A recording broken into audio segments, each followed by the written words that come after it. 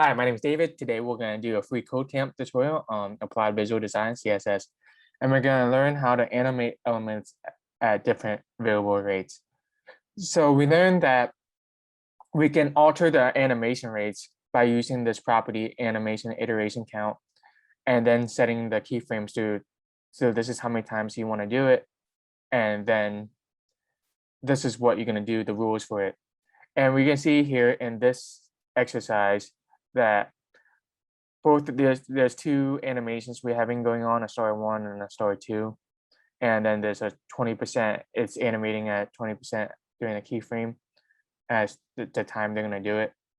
And we can have this at different rates by changing it. For this one, they want to change it to 50% for the star class, for the class of story 1. So we look at story 1, we see that this has an animation name of Twinkle 1, so we have to look at Twinkle 1. And we look at the keyframes and we see that it's currently at 20%. And now we just change it at 50%. And now we can see that it does it at a different rate. And that'll be all for this one. Thank you so much.